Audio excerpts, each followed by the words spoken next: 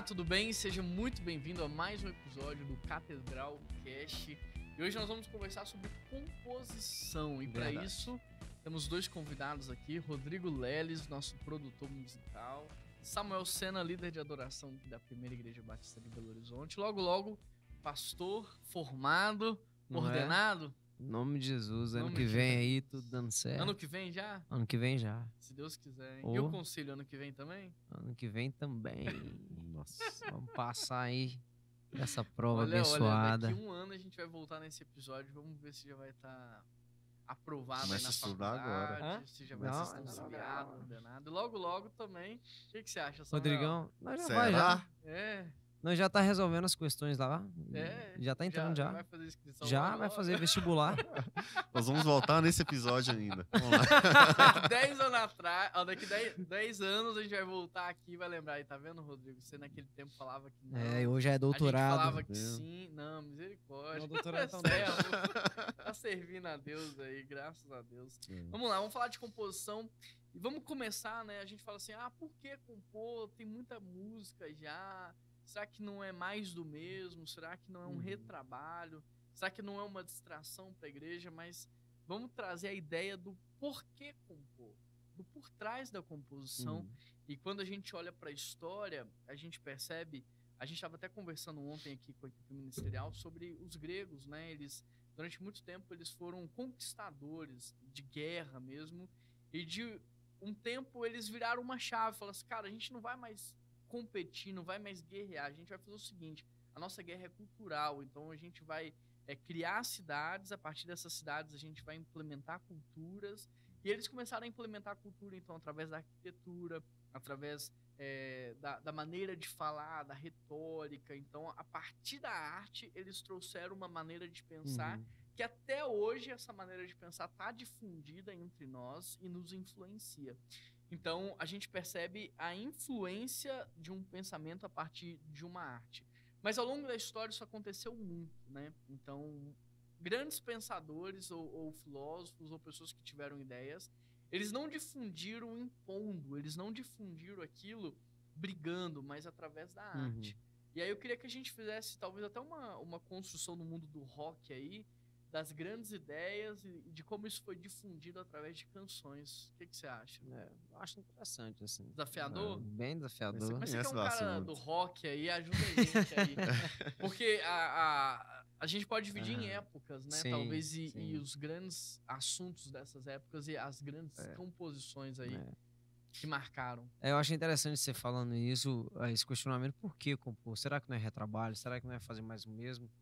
E não é, porque eu creio que cada um de nós carrega dentro de si uma canção, né? E cada fase da nossa vida, a gente vive uma nova canção. Por exemplo... Vou anotar isso para você colocar na sua próxima música. Então, beleza. Falar umas coisas bonitas, né? Bom que tá gravado aí. E a música, de fato, é essa forma de você expressar aquilo que você tá sentindo e aquilo que você tá vivendo, né? Por exemplo, quando começou esse período do rock ali em 1950, 1960. Ele começou até dentro das igrejas, né? Com um gospel, aquele blue expressivo, né? De você realmente jogar para fora aquilo que você está sentindo, você se expressar mesmo a sua devoção a Deus. Isso começou dentro de muitas igrejas americanas. E, como a gente tratou no outro podcast, muitos artistas começaram dentro da igreja e a igreja acabou abrindo mão. Com isso, eles foram executando toda essa arte lá de fora. Então, ao longo das décadas, a gente foi tendo isso mesmo. A sociedade gritava uma coisa, mas não ensinava na imposição, ensinava através da cultura. E filmes, né, novelas, hoje o seriado em si. Isso, série muito forte hoje. Hoje. Que não tinha ainda, talvez assim, Hollywood, isso, Disney produzindo grandes ou não era filmes, tão acessível, né, a todo mundo. Não era acessível, acho que a música teve um papel fundamental. Isso. Né? E um estilo que carregou muito isso foi o rock, né, cara? Porque nos anos 60, eles ainda eram algo bem dançante, assim, mas lá nos anos 70 para os anos 80 começou aquela cultura de rebeldia jovem, né? Tanto que as letras do rock nessa época eram letras que gostavam de chocar, né? Então, por exemplo, você vê nos anos 70, hoje é um absurdo falar isso, mas nos anos 70 você ter bandas que falam explicitamente sobre satanismo, sobre Beelzebub, cara, é um absurdo, é pra chocar mesmo. E muitas bandas de rock dos anos 70, renomadas, tinham essa liberdade em falar sobre isso, porque gostavam de chocar. Que era uma geração que queria chamar muita atenção para si. Então o grito era um grito de carência. Era um grito assim, olhem pra nós. Isso. Né? E cada geração dava um grito de carência de uma maneira diferente. Né? Nessa época, por exemplo, era uma época da agressividade, era uma época da grande rebeldia. Tem até um videozinho que rola aí no Instagram, não sei se vocês já viram, que é um cara falando assim, 1970, ele entrando pela porta, esbarrando o ombro na porta. Ele esbarra e só vai embora. Nos anos 90, ele esbarra, olha pra porta, faz. E nos anos 2000, ele esbarra e fala, poxa, doeu pra caramba. 2010 pra cá, ele esbarra e cai no chão. Entende? Ou seja, a situação é a mesma, mas a maneira como a sociedade grita aquilo, lida, é diferente. Então, no rock, a gente viu muito isso também. É lógico, igual você falou, em vários setores das áreas, mas a música atingiu muito, né? Porque quem não tinha CD, ouvia na rádio, né? Então, nesse período dos anos 70, anos 80, a gente teve muito isso. Lá pro final dos anos 90, pro início dos anos 2000, a gente já viu uma reação mais depressiva na música, né? Tanto que as bandas de rock, você vê aquele som agressivo, mas letras que falavam muito sobre tristeza. Letras que falavam muito sobre pensamentos suicidas. Letras que falavam muito sobre ficar dentro do quarto o dia inteiro, ninguém me ama, ninguém gosta de mim e tal. Isso acontecia muito. Por quê? A maneira como lidavam com a carência era uma maneira diferente. Só que isso acabou ensinando muito. Isso ensina muito, cara. Por exemplo, nos anos 70, as pessoas gritavam essa agressividade e ensinavam para os jovens a serem agressivos e a serem rebeldes, né? A não respeitarem ninguém, a odiarem a igreja. Porque a igreja, naquele tempo, para esses jovens, era conhecido como algo que limitava, que prendia, que tirava a liberdade. Só que o que a gente vê hoje? Uma sociedade que grita liberdade, mas é uma sociedade, em contrapartida, muito depressiva. Então, a gente vê isso muito. A música diz muito sobre isso. Porque a música de hoje é uma música que grita liberdade. Eu posso fazer, eu posso porque eu tenho direito, meu corpo, minhas regras. É uma sociedade que grita liberdade, mas, em contrapartida, também é uma sociedade muito depressiva. Interessante porque cada geração tá expressando aquilo que tá dentro de si, né? E aí há muitos perigos, né? Porque às vezes aquilo que eu acho que é bom pra mim, eu tô ensinando como se fosse bom pra todo mundo. É verdade. E no fundo não é bom pra ninguém. Então se você tem pessoas se expressando, mas você tem pessoas que são arquitetas do saber, arquitetas culturais. Sim. O que eu quero dizer? Ele não é só o fulaninho ali que tá compondo uma música porque ele foi traído e ele tá mal. Não, ele é alguém que tá pensando o seguinte, como é que eu consigo trazer um padrão de pensamento para a sociedade? Exatamente. Então, existe um arquiteto ali por trás, alguém que tá tentando fazer uma manobra de massa e que vai produzir, então, canções para influenciar. Então, por exemplo, em vários momentos da história, nós tivemos filósofos trazendo essa questão de que não existe Deus, de que não existe essa questão de vida pós-morte, não existe céu, não existe inferno, que a vida é agora, então vamos nos dar o prazer. Por quê? Porque Romanos 1 vai falar que por causa dessa troca de Deus, dessa adoração ao próprio corpo, dessa idolatria, nós somos entregues à imoralidade do próprio corpo e toda essa depravação que a gente vive hoje é consequência de um padrão de pensamento que revelou um comportamento que gerou uma habitação espiritual. Então fala também desse processo, né, e de como isso permeou algumas grandes bandas e canções e marcou gerações e até hoje são canções que a gente canta, né? E muitas vezes é trazida como um acervo cultural que é intocável. Por exemplo, aquela música Imagine do John Lennon, ele fala muito sobre isso. Imagina um contexto onde não existe céu, um contexto onde não existe inferno, um contexto onde o mundo é de todo mundo. Imagina um contexto desse, né? E muito embora a gente vê isso e saiba que, poxa, isso aí tá apontando para algo que não é tão bonitinho como ele retrata na música, né? Tocar nesse tipo de arte e dizer que isso aqui tá errado é quase um absurdo. Se você chegar para pessoas que têm esse tipo de filosofia ou pessoas que se dizem detentoras do bem e da paz, você virar e falar que essa música é uma música que traz consigo algo totalmente antibíblico e errado, você vai ser escrachado, né? Porque você tá tocando em um acervo cultural que, poxa, o nível de sabedoria que o cara teve foi um absurdo. Mas a gente tem que saber filtrar essas coisas. Nem todo mundo que tem um nome muito grande, as pessoas, não é porque elas têm um nome muito grande, que a obra de arte delas é muito vendida, que aquilo ali tá certo. Sim. Uma das Até frases... até esse relativismo que não existe verdade absoluta, né? Que a verdade é uma construção da minha interpretação, cada um verdade. pode criar a sua Sim. verdade, é uma construção cultural, né? É uma construção que vem de tempo em tempo para que a gente chegasse hoje nesse patamar. Então, é impressionante o quanto a música modelou pensamento. Modelou mesmo. E quanto esses pensamentos modelaram um comportamento e o quanto esses comportamentos têm gerado habitação espiritual. Engraçado, tem uma música da Xuxa que fala assim, tudo que eu quiser o cara lá de cima vai me dar. É impressionante a quantidade de crianças que quando você pergunta pra elas sobre Deus, elas vão falar que Deus é o cara que vai te dar tudo que você quer. É quase muito... você não vê uma criança que tem a maturidade de entender que Deus não é o cara que vai dar tudo que você quer. Ele é quem morreu na cruz por você. Né?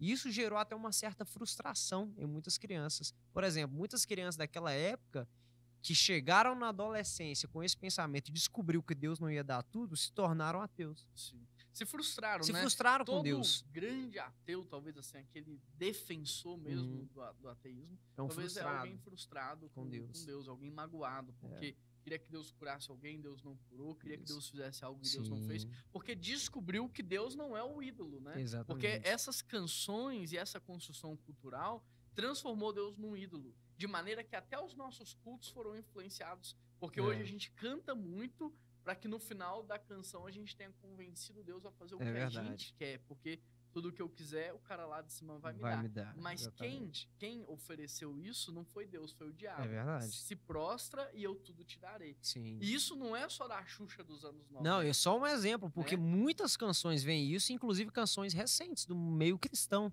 Inclusive a gente vê muito isso. Sem citar nome, a gente tem até uma fala, né? Não vamos citar nome, mas aquela fala...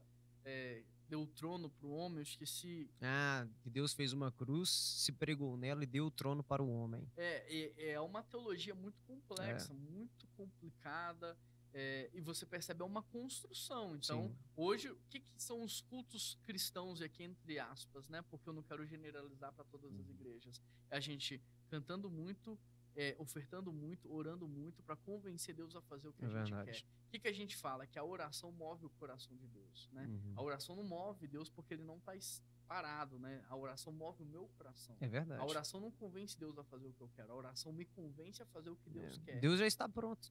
Então, esse processo de adoração, a adoração te forma a imagem do ser adorado.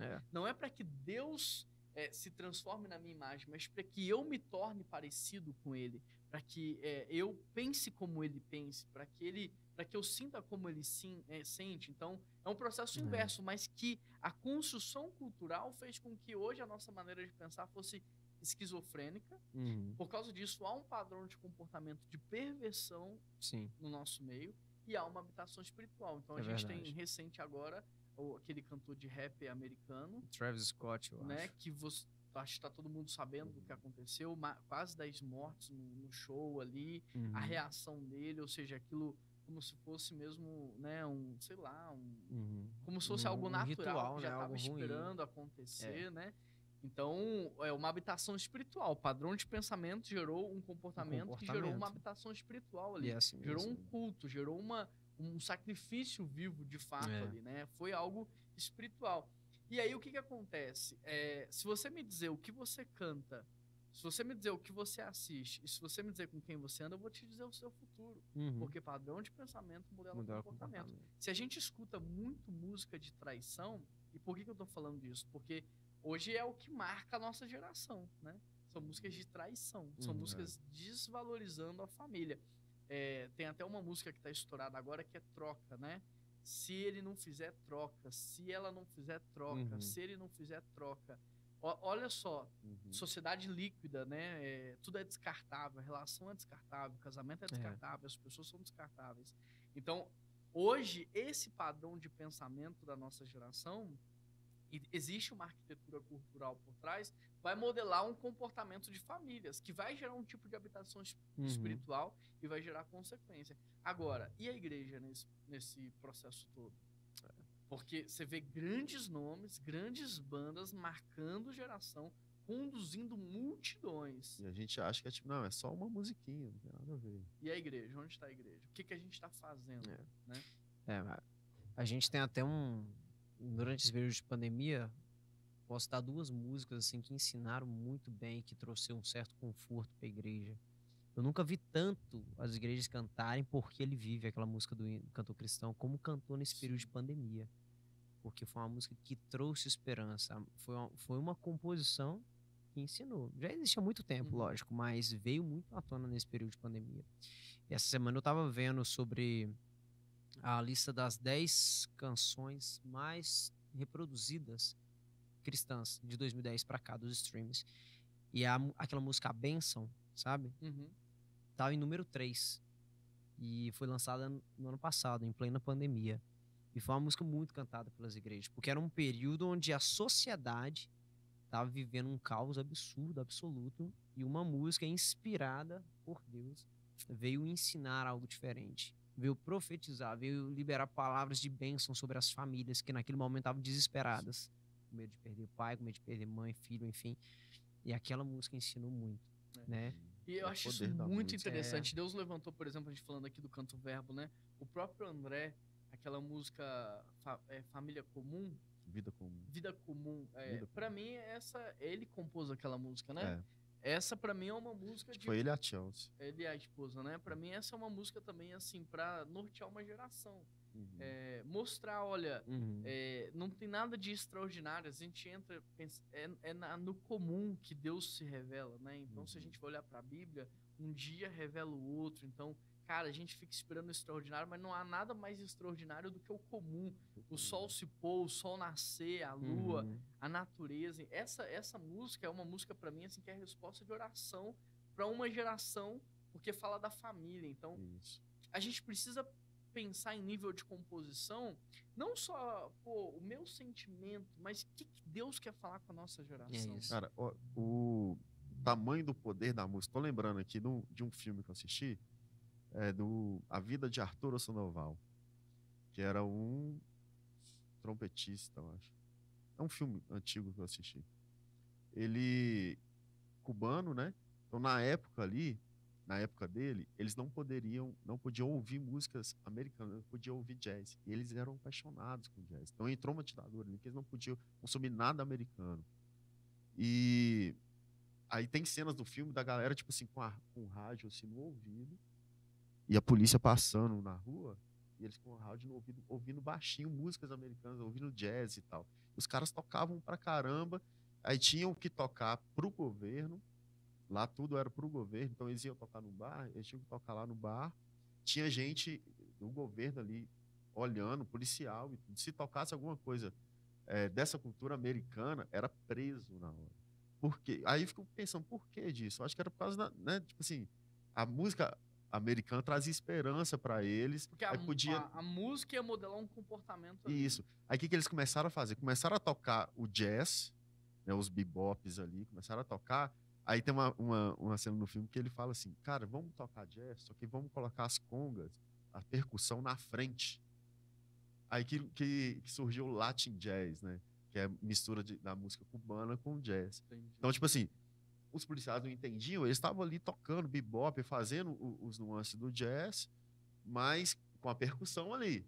Então os caras ouviam, não, isso é música cubana, cara, tá de boa. Foi um jeito que eles acharam, né, de fazer aquilo ali. Mas olha só, como é que modela o comportamento. Olha só, se você for, por exemplo, para países asiáticos, você vai ver muitos jovens e adolescentes, hoje assim, já é muito globalizado, mas falando de 20 anos atrás, você vai ver eles se vestindo como americanos, né?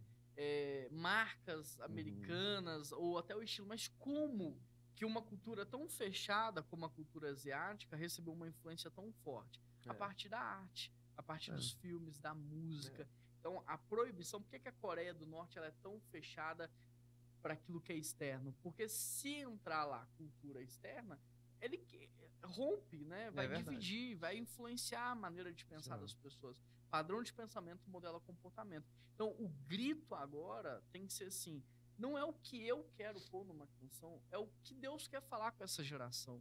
O que Deus quer falar? Então, por exemplo, quando a gente fala de crianças, né? O que Deus quer falar para as crianças? Eu acho que mais do que nunca a gente tem que compor músicas infantis que falam sobre ser homem, ser mulher. Deus me fez do jeito que eu sou, e isso é maravilhoso. A liberdade está em eu assumir quem eu realmente sou, sabe? Se Deus me fez menino, eu sou menino. Se Deus me fez menino, eu sou menina. Eu vou glorificar Deus dessa maneira. Qual é o grito para a nova geração? É falar assim, cara, a liberdade não é você fazer tudo o que você quer fazer, porque isso vai te levar para caminhos que você não quer, mas é que talvez mostrar através das canções que os 10 mandamentos ali no Antigo Testamento foi para liberar o povo, libertar o povo, foi para que eles não vivessem presos ou não passassem dificuldade, que as leis, na verdade, são boas, de que as regras são boas. Então, talvez esse tem que ser o grito para talvez, eu não sei se eu posso falar o worship, né?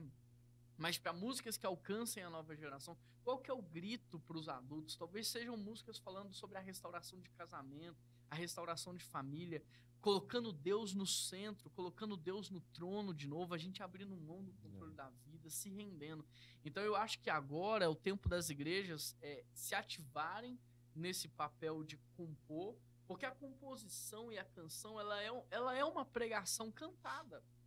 Ela é uma pregação, é a exposição das escrituras, só que em melodia, em uma canção. Então, o que Deus quer falar com essa geração? Qual que tem que ser o comportamento? Qual que tem que ser a nossa resposta diante de tudo que está acontecendo? E a gente não só pegar um ou outro que já faz, mas difundir isso na igreja, né? Porque Deus quer usar todo mundo, e a gente tem visto isso acontecer aqui. A gente tem visto, por exemplo, canções sendo feitas pelas próprias crianças, né? E talvez você possa até comentar um pouco sobre esse processo. Tá, e a importância disso, porque lá fora eles estão investindo pesado nisso. Vocês viram a propaganda, acho que é do Bradesco, a música chama Por Quê? Cara, o vídeo é maravilhoso, tanto de criança tocando instrumento, guitarra, tambor, e a letra da música fala assim, por que menino não pode brincar de boneca? Por que não sei o quê, entendeu? E, tipo assim, mega produção, sabe? E criança, esse sábado agora, passado, eu gravei a voz das crianças aqui, uma música que a gente compôs, e essas crianças não conheciam a música. Cara, eu comentei com a Jéssica ontem, eu falei, é incrível o quanto que elas decoram rápido. Um ensaio de domingo que a Bruna conduziu. Das crianças é impressionante. Cara, a Bruna falava a letra da música, eles já cantavam e não esqueciam, não. Imagina isso lá fora, com essas músicas chiclete que o pessoal faz. Hoje no TikTok, no Kawaii, o que você vê? As crianças fazendo as dancinhas. A erotização das crianças. E a gente tá aqui distraído. Não, só vamos proibir de ouvir, só vamos proibir de fazer. Não, vamos produzir as nossas. Na favela, os caras dão rifle, dá espingarda, dá revólver para as crianças. Olha o nível de confiança nas crianças. E às vezes dentro da igreja a gente não confia, não envolve, não expõe. Então eu acho que é o tempo da virada, é esse, é uma guerra cultural. Eu cheguei a comentar com o Samuel um tempo atrás, não, mas é que a gente vai fazer a cantata de Natal aqui, vai colocar as crianças para cantar 2 músicas. Aí eu pensava, não, mas 2 músicas para elas decorarem até o Natal. Cara, decorou um ensaio, decorou. Mais fácil do que com os adultos. Não tem condição, eles decoram muito fácil. Esse processo que você falou que a gente fez aqui, a gente tem aqui aulas de prática em conjunto, que a gente traz aqui adolescentes e crianças, cada um pega um instrumento. Eu vou auxiliando aqui cada um tocar, mesmo as crianças que não tocam, adolescentes que não tocam. A gente tenta colocar o instrumento na mão dele para ele conhecer o instrumento, enfim. A ideia principal é tentar fazer eles tocarem juntos e ter esse amor pela música, né? Ter essa vontade de aprender a tocar, de envolver, e é uma forma de envolver eles também no ministério, né? E um dia aqui vieram poucos adolescentes, e eu tinha uma melodia na cabeça e tal, tinha começado a fazer uma letra para uma música de criança. Aí eu falei com os meninos assim, cara, tem uma música aqui, vamos tentar compor uma música, acabar essa música? Aí eu coloquei o menino no teclado, falei, faz essa sequência de acorde aqui, coloquei o outro lá no baixo, faz aqui, vai tocando aí. Aí, falei, a ideia da música é essa. O que a criança faz que adora a Deus? A ideia da música foi essa. O que a criança faz que adora? O que a criança faz? Ela pula, ela grita, ela come, brinca e tal. Beleza, vamos anotando. Não interessa se a ideia é ruim, se não rimou, anota tudo, porque a gente vai, alguma hora a gente consegue usar. Cara, e foi fluindo, as crianças começaram a engajar ali, coloca isso, e não sei o que lá, e falava coisa assim que não tinha nada a ver, eu ia lá, não, isso aí não tem nada a ver e tal. E é uma forma até de corrigir também. E foi bacana, a música num dia estava pronta. Outro dia eu falei, tive uma ideia de ter uma música sobre a criação. Vamos ver como é que foi a criação? Cada um abre a Bíblia aí numa versão diferente. Aí cada um abriu a Bíblia numa versão diferente, a gente lia o primeiro dia. O primeiro dia Deus criou isso, isso e isso. A sua fala o quê? Fala diferente. Beleza, Aí mesma coisa, sequência de acordes, vamos lá. O que dá para rimar? Primeiro dia Deus criou e tal. Criou isso, não sei o quê. Cara, fizemos os 7 dias, né, da criação, assim, e a música ficou pronta. A gente vai ver a letra assim, cara, como é que a gente fez isso num dia? E as crianças mesmo, os adolescentes ali, se engajaram bastante. E foi uma coisa que eu comentei com o Samuel depois, que é uma coisa que a gente... Foi uma ideia, assim, que a gente teve aqui, mas uma coisa que é muito legal de continuar. Essa coisa de colocar as crianças, os adolescentes, para compor junto, né? Para eles entenderem. E isso tá envolvendo eles com a música, tá envolvendo eles com a palavra. E é uma forma também de corrigir, às vezes, uma teologia errada que eles têm, entendeu? Inclusive, aí a partir dessas ideias, pro planejamento do ano que vem, já tá no papel a gente fazer um álbum Kids, né? Para lançar no Dia das Crianças. De músicas infantis aí mesmo, que eles vão compondo, a gente vai ajudando. Então, cada vez mais a gente precisa. Eu acho que a criação geme, né? A revelação dos filhos de Deus em todas as áreas e sentidos.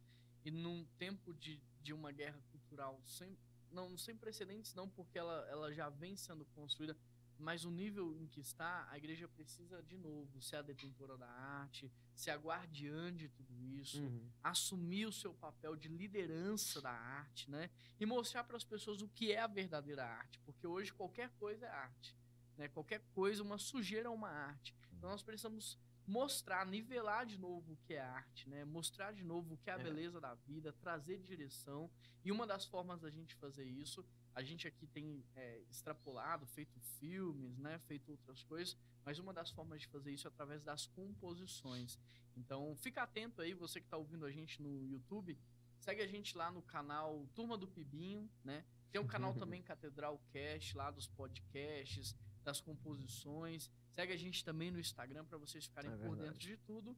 E você que gosta dessa ideia de composição, componha. Mesmo que hoje você não tenha quem cante, quem produza, componha.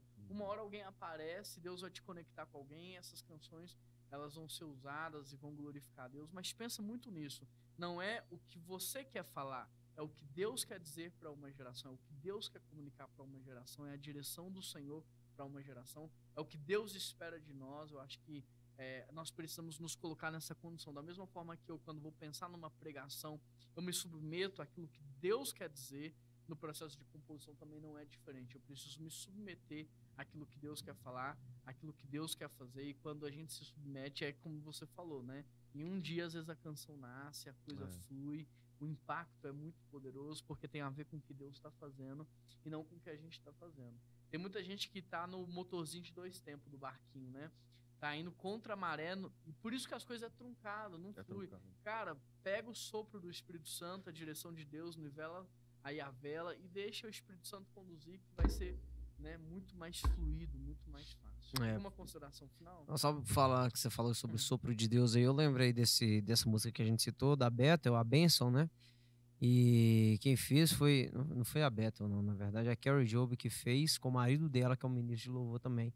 E essa música tá dentro de um CD. Antes deles produzirem esse CD, eles ficaram, parece que foram se retirar, um retiro espiritual mesmo, só os dois, para ficar ali buscando a Deus e fazendo aquele CD, distante de tudo, só para ouvir a voz de Deus mesmo, para saber o que Deus tinha ali para que fosse ouvido. E uma das canções desse CD é essa música, né, A Bênção, né, que é uma música americana, mas que falou muito. Aquela outra música Pra Sempre é dela também? Ela canta também, não sei se ela compôs, mas ela que canta. Legal. Nossa, que legal saber disso, essa história por trás. Mas é isso, o que Deus quer falar, né? Porque quando a gente não faz essa pergunta, o outro lado tá fazendo, né? O que o inimigo quer construir ou desconstruir? É, isso mesmo. Porque, de novo, padrão de pensamento vai modelar comportamento. Uma mentira contada 1000 vezes vira uma verdade. Padrão de pensamento modela isso aqui.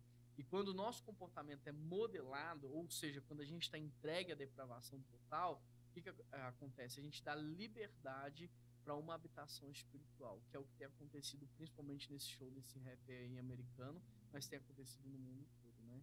Então, bom, gente, eu acho que foi isso. A ideia não é esgotar o assunto, acho que tem muito pra gente falar ainda. Mas é acender um foguinho no coração de cada um. Começar. Vamos começar. Eu acho que o Brasil tem condições de fazer muito, né? A gente aqui, eu não tenho experiência nenhuma com composição e tudo. O Samuel já tem mais experiência com isso. Às vezes, igual, eu já peguei uma melodia que eu tinha na cabeça, tô com um violão ali, Samuel, olha que melodia e tal. Vamos tentar fazer uma letra. Eu comecei a fazer uma letra, o Samuel começava a desembolar. Começava a desembolar aquela melodia, a letra e tal. Então, às vezes, tipo assim, você acha que você não consegue, né? Você não pode, mas todo mundo tem algo pra falar. É verdade. Todo mundo tem algo pra Alguma falar. consideração? Não, só isso mesmo. Escrevam, busque a Deus e externalize aquilo que ele tá falando com você. Boa. A gente vai fazer mais pra frente aí alguns concursos de composição. Quem sabe você não participa também, manda pra gente, a gente produz sua canção, sua música. Vai ser muito legal essas Verdade, parcerias. isso é interessante. Mas para vocês ficarem sabendo, segue a gente aí nas redes sociais, né? Não só o Instagram pessoal de cada um, mas no Catedral Cast, É verdade. Da PIBBH, os canais aí também no YouTube do Catedral Cast, Turma do Pibinho, PIBBH, para vocês ficarem por dentro de tudo. Compartilha esse episódio aí nas suas redes sociais, no seu Instagram, no Stories, nos grupos de WhatsApp. Dessa maneira você está fazendo parte do que Deus está fazendo, está gerando conteúdo, crescimento, abençoando as pessoas com essa inspiração, para que juntos nós possamos fazer mais e fazer maior, né? Ninguém faz nada grande sozinho. Aprendi isso com o pessoal da Rede Inspire. Quando você está fazendo algo sozinho é porque não é grande. Então a gente precisa fazer juntos e vamos juntos nessa caminhada. Grande abraço, Deus abençoe vocês. Até mais, pessoal. Tchau, tchau.